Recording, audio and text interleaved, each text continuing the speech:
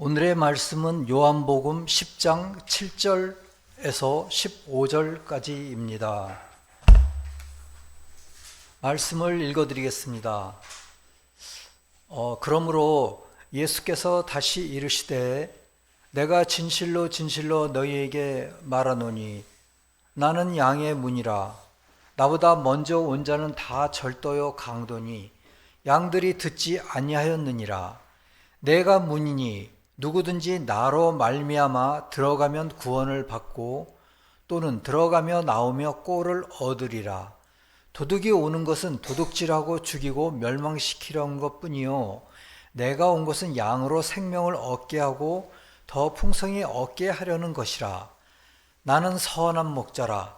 선한 목자는 양들을 위하여 목숨을 버리거니와 삭구는 목자가 아니요 양도 제 양이 아니라.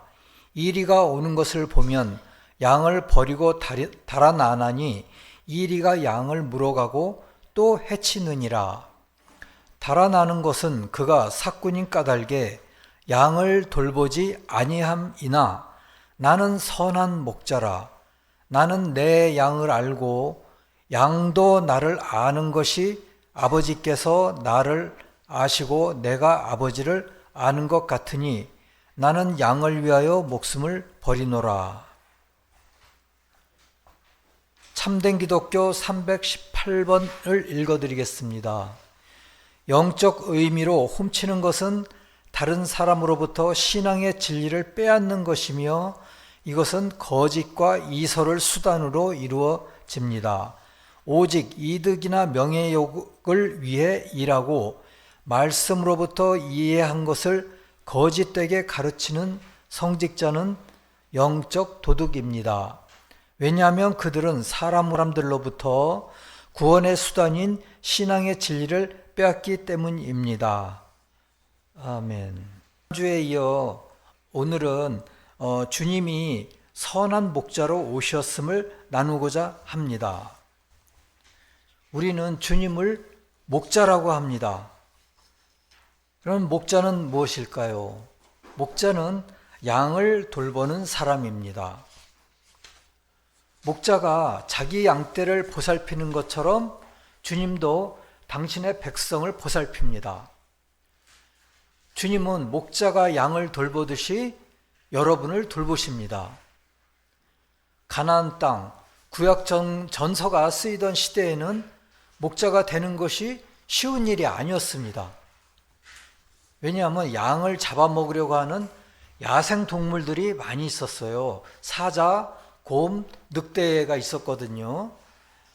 근데 목자가 조심하지 않고 주의 깊게 살펴보지 않는다면은 어떤 일이 있을까요?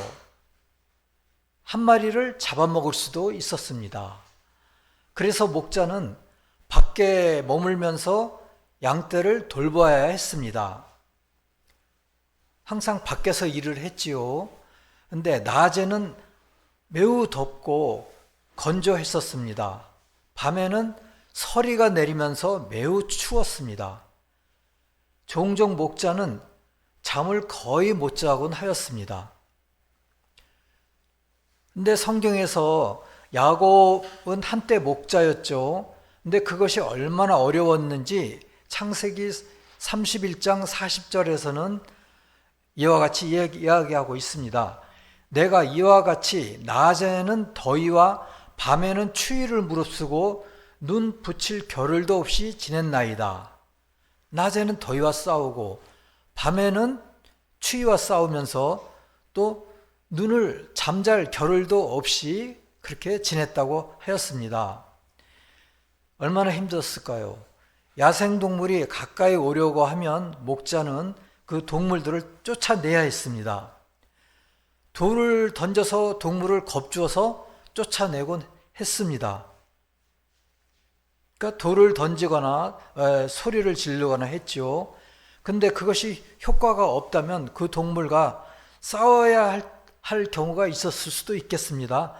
다윗 왕도 소년 시절에 목자였습니다.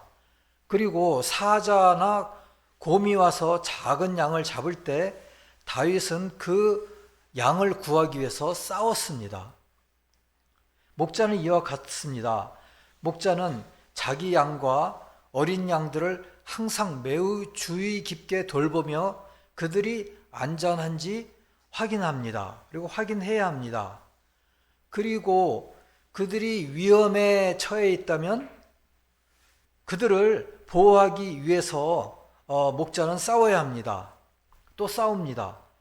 이것이 주님께서 우리를 돌보는 방식입니다.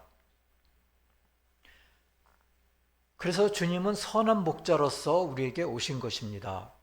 목자는 자기 양을 위해서 다른 일도 합니다. 어떤 일을 할까요? 목자는 양들이 충분한 음식을 얻도록 해야 합니다. 양들이 풀을 뜯고 있는 모든 풀을 먹어 치운다면 그는 양들을 다른 곳으로, 즉 먹을 풀이 많고 또 마실 물이 많은 다른 곳으로 인도할 것입니다. 야생 동물이 공격하게 되면 양 한두 마리가 죽을 수 있습니다. 그런데 식량이 떨어지면 어떻게 될까요? 양떼 전체가 굶어 죽게 됩니다. 그러므로 목자는 한 곳에서 다른 곳으로, 한 밭이나 초원에서 다른 곳으로 끊임없이 양떼를 인도하면서 항상 그들이 먹을 음식이 있는지 확인합니다. 목자가 양떼를 먹이듯이 주님도 우리를 먹이십니다. 우리가 무언가를 먹을 때마다 먹는 음식이 주님으로부터 왔다는 사실을 잊기 쉽습니다. 그 사실을 잊은 적이 많이 있죠. 그런데 그것은 하나님이 만드신 것입니다. 들판에서 식량이 자라게 하시는 분은 주님이십니다. 그래서 우리를 먹이시는 분은 주님이십니다. 우리가 먹을 음식, 우리에게 에너지를 주고 또 우리가 크고 강하고 건강하게 자라도록 돕는데 주님이 음식을 확실히 주십니다. 그렇게 주시는 분이 주님이시라는 것을 우리는 항상 기억해야 합니다. 목자가 양을 먹이로 인도하듯이 주님도 우리를 먹이십니다. 자연적으로 먹이시고 또한 영적으로도 먹이십니다. 이것이 우리가 식사 전에 감사 기도를 하는 이유입니다. 우리에게 음식을 주시고 우리를 지켜주시고 보호해 주심에 대한 감사의 표현입니다. 그러니까 자연적인 음식을 주는 데 대한 감사를 하면서 또한 영적인 음식을 주신 데 대해서 감사를 해야 합니다. 시편 23편에서는 그 면에서 아주 잘 말씀하고 계시는데요. 그가 나를 푸른 풀밭에 누이시며 쉴 만한 물가로 인도하신도다. 풀밭에 누이시고 또 물가로 인도하십니다. 내 영혼을 소생시키고 자기 이름을 위하여 의의 길로 인도하시는도다. 우리의 영혼을 소생시키고 우리가 해야 할 또 섬겨야 할 의의 길로 인도하신도다 라고 말씀하십니다. 푸른 풀밭과 쉴만한 물은 무엇을 의미할까요? 말씀의 지식과 진리를 상징합니다. 이러한 것들은 영혼을 위한 음식입니다. 말씀으로부터 배우고 진리를 받아들이는 것은 실제로 우리 영을 살찌우는 것입니다. 우리의 육신은 음식이 없으면 죽게 되겠죠. 반면에 우리가 말씀을 읽지 않거나 영적인 진리를 배우지 않고 오랫동안 살아간다면 어떨까요? 삶은 여전히 평소와 다름없이 계속되는 것처럼 보입니다. 말씀이 없어도 사람의 영은 여전히 약간의 양식을 받습니다. 무슨 얘기일까요? 모든 사람은 항상 무언가를 배우고 있습니다. 세상적인 사실적 지식도 어떤 의미에서는 영이 살아나도록 돕는 음식입니다.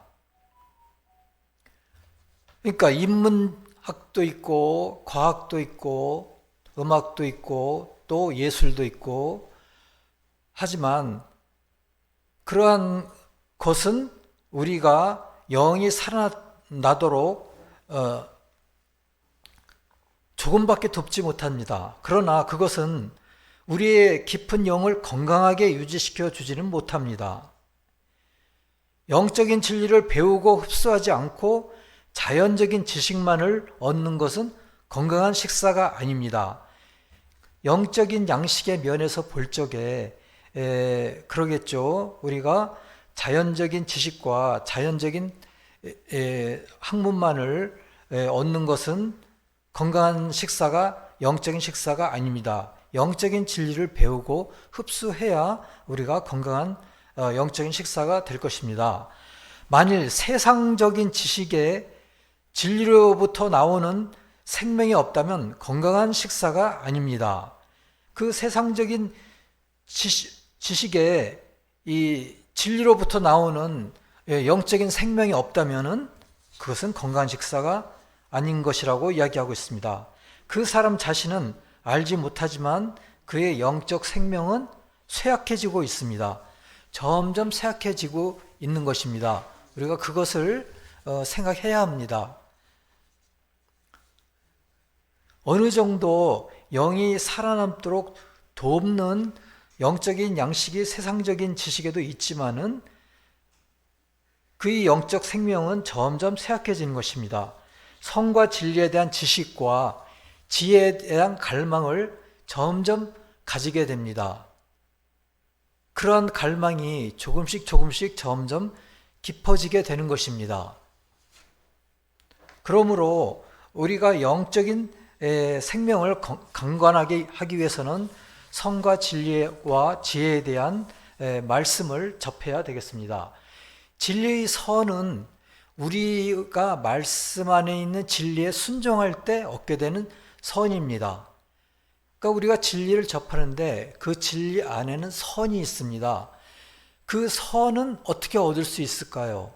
그 말씀 안에 있는 진리에 순종할 때, 그대로 살려고 노력하거나 그 말씀대로 살 때 우리가 선을 얻게 되는 것입니다. 이 선이 주님으로부터 흘러들어옵니다. 우리가 주님의 가르침에 따라 생활함으로써 선을 받는다면 주님께서는 참으로 우리를 먹이실 수 있습니다. 이것이 영적인 양식인 것입니다. 그렇다면 이 세교에서 말씀하기는 이 주님의 선, 진리, 영적인 양식은 어떠한 통로를 통해서 저희한테 온다고 얘기를 할까요? 그것은 주님은 천국에서 가장 높은 곳에 계십니다. 일단 가장 높은 곳에 계시고요. 이 천국은 인간의 장기와 지체에 해당되는 수많은 천사들의 공동체로 이루어져 있습니다. 그러니까 큰 인간이라고 이야기할 수가 있는데요. 거대 인간이라고 이야기할 수 있습니다. 천국은 크게 보면 하나의 거대 인간입니다. 각 공동체는 비슷한 성향의 애정을 갖고 있는 천사들로 이루어집니다.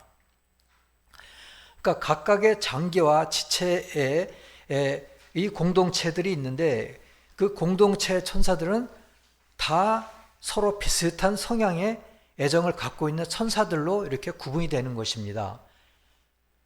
우리들도 이 다음에 천국에 가게 되면은 그런 곳에 우리들하고 비슷한 애정을 갖고 있는 공동체로 가게 된 것입니다. 그러면 천국의 중심은 어디일까요? 인간과 마찬가지로 천국의 심장과 폐장이 있는 곳입니다. 심장과 폐장은 사람 생명을 인체의 가장 먼 곳까지 보내는 역할을 합니다. 그래서 천국의 중심, 즉 거대한 사람이라고 그랬죠. 거대한 사람의 심장과 폐장에 해당되는 부분에 어떤 사람들이 살고 있을까요? 교회의 선한 사람들이 살고 있습니다. 하나님께서는 그곳을 통해 천사들의 생명인 사랑과 지혜를 천국의 중심에서 가장 바깥쪽으로까지 흘려보내십니다. 천국은 이와 같습니다. 그러면 이 지상은 어떨까요? 천국의 질서는 지상에서도 똑같이 적용된다고 합니다. 하나님의 생명은 교회를 중심으로 해서 또 세교회를 중심으로 해서 다른 종교와 심지어 무신론자에게 이르기까지 흘러갑니다. 대부분의 건전한 종교들이 모두 지혜와 자비를 가르치는 것은 왜 그럴까요? 그들이 인식하지 못하는 사이에 교회를 통해 하나님의 사랑과 지혜를 받기 때문입니다. 그 중심되는 교회가 바르고 순수해야 되는 이유가 이것 때문입니다. 그래서 하나님께서는 역사적으로 교회가 타락할 때마다 선한 사람들을 다시 모아서 새로운 교회를 일으켜 세우시곤 하였습니다. 크게는 네 개의 교회가 있었죠. 아담교회, 노아교회, 유대교회, 기독교회로 이어지는 이러한 교회의 역사가 바로 그것을 말하는 것입니다. 그러니까 아담교회가 타락할 때 또 노아교회를 세우시고, 노아교회가 타락할 때 또 선한 사람들을 다시 모아서 유대교회를 세우시고, 유대교회가 타락할 때 또 선한 사람을 모아서 기독교회를 세우신 것입니다. 또한 오늘날에는 새 교회를 세우시고자 하십니다. 교회가 빛을 잃으면 인류 전체의 영성이 어두워지고 모두가 구원을 받을 수 없기 때문입니다. 주님께서는 나는 양의 문이라, 나보다 먼저 온 자는 다 절도요 강도니 양들이 듣지 아니하였느니라. 내가 문이니 누구든지 나로 말미암아 들어가면 구원을 받고 또는 들어가며 나오며 꼴을 얻으리라 하고 말씀하셨습니다. 주님은 당신을 양의 문이라고 하셨습니다. 그리고 당신을 통하지 않으면 구원받지 못한다고 말씀하십니다. 여기서 문은 무엇을 의미할까요? 문은 진리를 말합니다. 주님은 당신이 진리이며 모든 사람이 진리를 통해 진정한 자유와 평화에 이를 수 있다고 말씀하고 계십니다. 우리는 세상에서 방종이 자유라고 착각을 합니다. 하지만 그것은 진정한 자유가 아닙니다. 진정한 자유는 주님을 통해서 받을 수 있는, 진리를 통해서 받을 수 있는 자유가 진정한 자유이며, 그로 말미암아 우리가 진정한 평화, 영적인 평화에 이를 수 있는 것입니다. 그렇게 말씀하고 계십니다. 진리는 본질적으로 무엇일까요? 말씀입니다. 그리고 우리가 인식할 수 있는 하나님입니다. 무한하고 영원하신 하나님을 인간의 능력으로 인식할 수 있을까요? 절대 인식할 수 없습니다. 그래서 주님은 말씀을 통해서 당신을 보여주신 것입니다. 그런데 유대교회의 사람들이 말씀을 왜곡하면서 말씀 안에 거룩한 것들이 실종되었습니다. 그래서 주님이 세상에 오신 것입니다. 선한 목자로서 오신 것입니다. 인간의 감각으로 보고 느낄 수 있는 하나님으로 우리에게 나타나신 것입니다. 그래서 복음서에서 주님은 나로 말미암지 않으면 아버지께로 올 자가 없느니라 라고 말씀하셨고요. 또한 요한복음 1장 9절 10절에서는 참 빛, 곧 세상에 와서 각 사람에게 비추는 빛이 있었나니 그가 세상에 계셨으며 세상은 그로 말미암아 지은 바 되었을 때 세상이 그를 알지 못하였다라고 한 것입니다. 그러니까 주님은 요한복음 1장에서 말씀하신 것처럼 참 빛으로 오신 주님이었고, 또한 오늘 말씀된 대로 선한 목자로서 오신 주님입니다. 그래서 이번 대림절 주간에 주님이 참 빛으로 오셨고 선한 목자로 오셨다 하는 것을 항상 한 달 동안 우리가 묵상해야 하겠습니다. 이 말씀은 어떤 말씀일까요? 예수 그리스도가 인간이 인식할 수 있는 하나님이라는 말씀입니다. 빛으로 오신 주님은 우리가 보고 느낄 수 있는 하나님이십니다. 그러면 이 세교에서는 천적인 사람들과 영적인 사람들이 있다고 말씀하고 계십니다. 천적인 사람들은 어떤 사람들일까요? 주님에 대한 사랑을 가진 자들입니다. 그리고 영적인 사람들은 어떤 사람들일까요? 인애를 가진 자들입니다. 즉 이웃에 대한 사랑을 가진 자들입니다. 그래서 이 인애는 무엇이냐면 이웃에 대한 사랑이 인애인 것입니다. 영적인 사람들은 인애가 어떻게 심어질까요? 진리를 수단으로 심어집니다. 즉 말씀을 수단으로 인애가 심어집니다.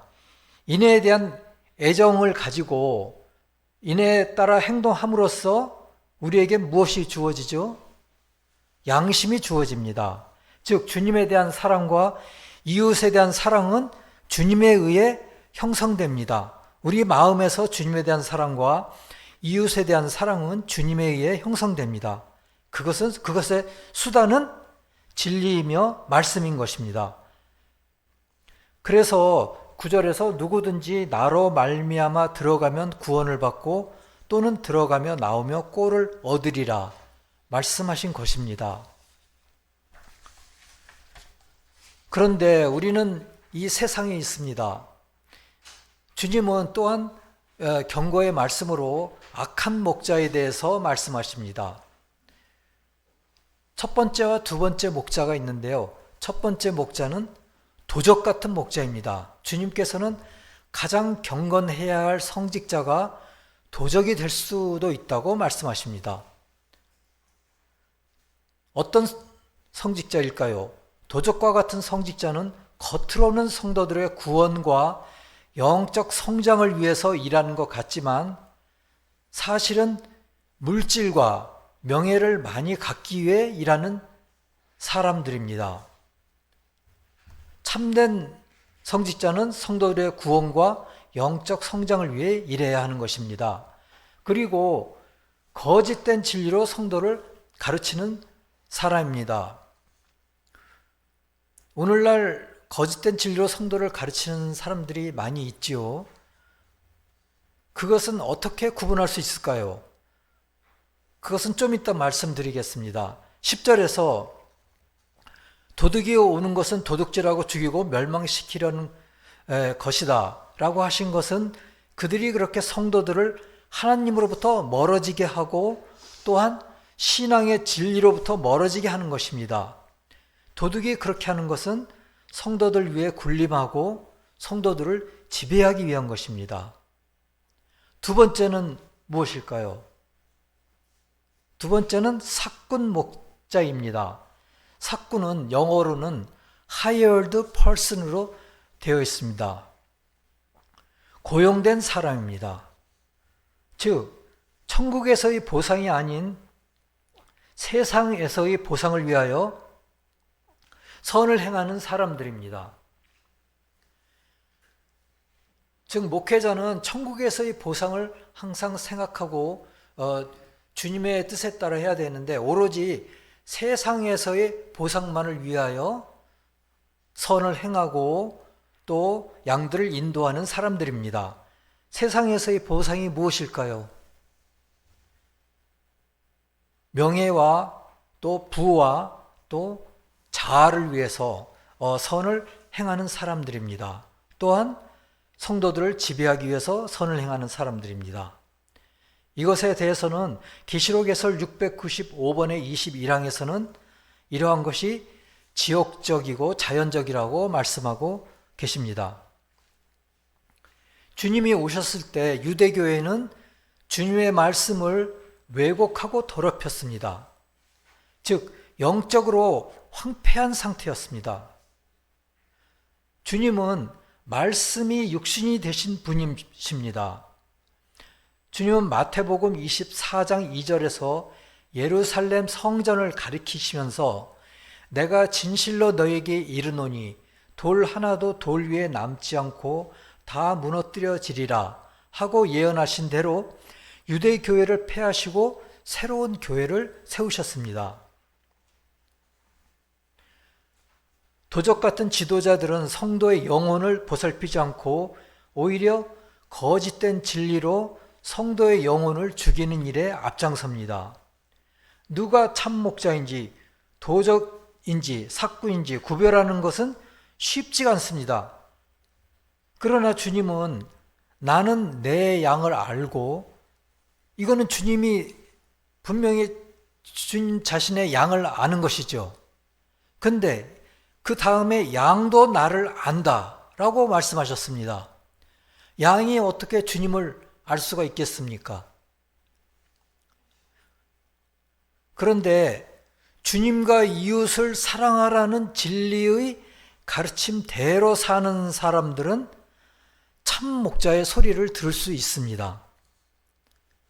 즉 누가 도적 같은 지도자인지 참 목자인지 그 소리를 들을 수 있고 또 주님을 알고 구분할 수 있는 것입니다.